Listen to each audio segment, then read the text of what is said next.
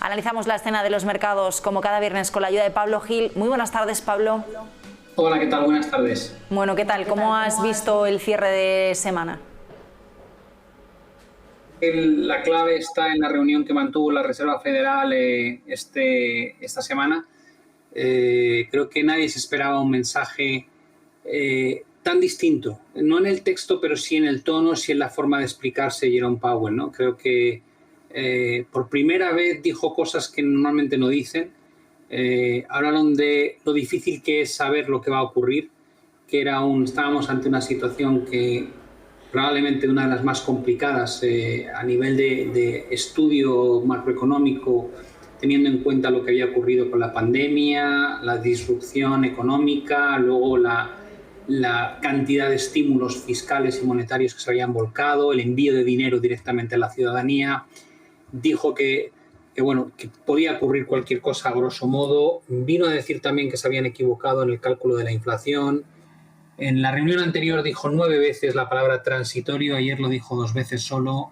Reconoció que ajustaban un punto porcentual entero. Es una barbaridad ajustar un punto porcentual en 3 meses la previsión de inflación para el año, lo cual demuestra hasta qué punto estaban por detrás de la situación. No lo han visto venir y ahora empiezan a hablar de que no ven la caída de la inflación hasta el año que viene. Por tanto, de alguna manera pierden fuerza en su mensaje, no están controlando la situación, sino que van por detrás de ella. Y lo otro que dijeron es que empezaban a plantearse tener que hablar de retirar estímulos, ¿no?, del mercado. La otra vez dijeron que lo estaban pensando, ahora dicen que van a empezar a hablarlo. No han puesto fechas, lógicamente, pero el mercado directamente ha tomado nota de que hay varios consejeros, 7 consejeros, que ya el año que viene dicen que los tipos tendrían que empezar a moverse hacia arriba, y para el año 2023 la mayoría ya creen que los tipos tienen que estar subiendo, cuando antes era al contrario, ¿no? La mayoría pensaban que había que dejar los tipos al mismo nivel, al 0%. Por tanto, creo que hay un cambio drástico desde esa perspectiva y el mercado lo está poniendo en precio inmediatamente. Hemos visto un comportamiento de menor confianza por parte del inversor. Primero se tradujo en correcciones importantes en activos muy volátiles como las criptos. Hemos visto cómo han empezado a corregir las materias primas de forma muy abultada. Es cierto que habían subido una barbaridad, con lo cual era algo razonable. Y ahora pues empezamos a ver un comportamiento correctivo, aunque sea sutil, en las bolsas. Veremos si da lugar o no a esa corrección que nosotros esperamos hace tiempo y que tal vez sea el catalizador de la Reserva Federal el que pueda abrir la puerta a que se produzca. Navas, ¿no? Una semana muy marcada por esa reunión de la Reserva Federal, esa reunión de 2 días en la que nos dejaba todos estos mensajes que estamos recogiendo, que estamos viendo cómo de alguna forma ya también lo están recogiendo los mercados. Un mensaje que cambia, vamos a ver qué ocurre en los próximos meses, aunque sí que es cierto que ahora ya tenemos un parón al menos hasta Jackson Hole. También lo vigilaremos muy de cerca. Y Pablo, hoy en la sesión estábamos muy pendientes de esa cuádruple hora bruja, triple en el caso de Estados Unidos. ¿Hasta qué punto tenemos que darle importancia a esta jornada de vencimientos cuando observamos los movimientos bursátiles? Antes, si se hubiese producido el movimiento solamente porque había esto, te hubiese dicho que a lo mejor había un efecto, ¿no?, en el vencimiento de contratos de opciones y futuros, pero sinceramente creo que el mercado, los inversores, vivimos, por desgracia, en lugar de estar hablando de resultados económicos, de resultados de compañías, del PIB, de la inflación, nos pasamos la vida hablando de semántica en torno a los bancos centrales. Es una pena que ya hemos llegado a esto. Ahora casi todo el research que se lee ha dicho thinking of talking, o ha dicho talking of talking. Pues yo creo que eso es menos, yo creo que eso es más, yo creo que no ha querido decir. Nos hemos vuelto prácticamente profesores de gramática, es ridículo. El punto al que hemos llegado es completamente ridículo. Cuando hablamos de la bolsa deberíamos saber cuánto están ganando las compañías realmente. Y no digo cuánto es el PER, porque el PER, en el momento en que recompras acciones, lo estás trastocando. ¿Cuánto ganan realmente respecto a cuánto ganaban antes? Y en función de eso, ¿cuánto quiero pagar por esta compañía? Deberíamos saber cuáles son los pronósticos de crecimiento económico sin alteraciones continuas por parte de intervenciones de envío de dinero a la ciudadanía. Hemos entrado en una dinámica que creo que es muy negativa, ¿no?, porque nos está distrayendo de lo importante. A día de hoy el 99% del mercado es lo que deciden los bancos centrales que sea. y es algo que por desgracia nos ha traído a donde estamos, ¿no?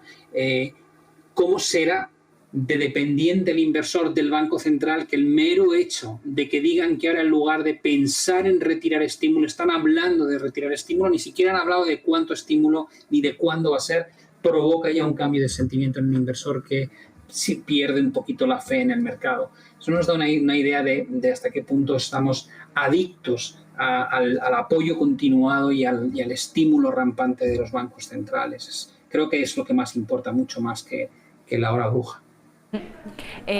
Pablo, ¿a qué sectores estás mirando esta semana? En el caso español, bueno, pues hoy destacan sobre todo las caídas de Acerinox, de Acciona, también dentro de las diferentes noticias que afectan a estas compañías. ¿Cómo ves estos movimientos?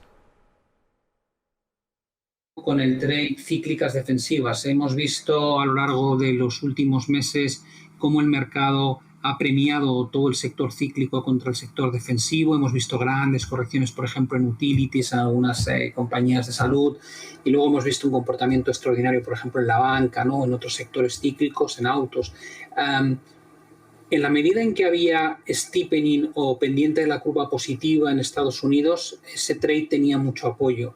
Llevamos viendo un cambio en ese steepening hacia un flattening en las últimas semanas, y eso coincide con el estancamiento en el outperformance de cíclicas defensivas, y no sería raro que pueda acabar incluso revertiéndose.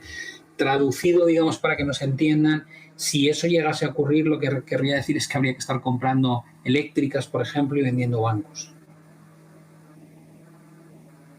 Bueno, con todo el entorno que tenemos en las bolsas, realmente, ¿dónde pondrías el foco, la mirada? ¿En sectores concretos, en compañías? ¿Dónde?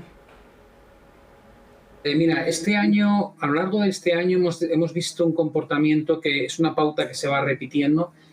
Acabamos el año pasado con una euforia en las renovables y luego hemos visto correcciones enormes, de un 40 o un 50% en muchos casos. Tuvimos la euforia en compañías relacionadas con la automoción eléctrica, como eran NIO o Tesla, y luego hemos visto correcciones de entre un 40 y un 50%. Hemos visto subidas hasta máximos históricos en algunas materias primas como el cobre, como la madera, como el maíz, etcétera, etcétera. Y luego estamos empezando a ver correcciones importantes. Da la sensación de que los inversores han empezado a actuar un poco como en masa, ¿no? Buscan una idea, les gusta, se montan todos en ella en cuestión de unas pocas horas, explotan la idea y cuando luego creen que se acaba, todo el mundo se baja del mercado, casi al unísono, provocando grandes correcciones. Creo que esa pauta o esa dinámica va a seguir funcionando. Entonces, mi primera pregunta es, dado cuánto han subido las bolsas recientemente, si no estamos a las puertas de una corrección, esa es la primera pregunta que me hago. Si se produce la corrección, creo que se va a seguir con la pauta de aquello que más ha subido va a ser lo que más va a bajar. No me extrañaría nada que se vuelva a repetir el mismo patrón. Y tal vez aquí la clave es cómo interpretar si se da esta caída. Yo no creo que sea el inicio de un cambio de tendencia. Creo que es una caída que hay que aprovechar para comprar. Lo que ocurre es que probablemente yo no mostraría ningún interés en comprar si no veo una corrección de al menos un 10%.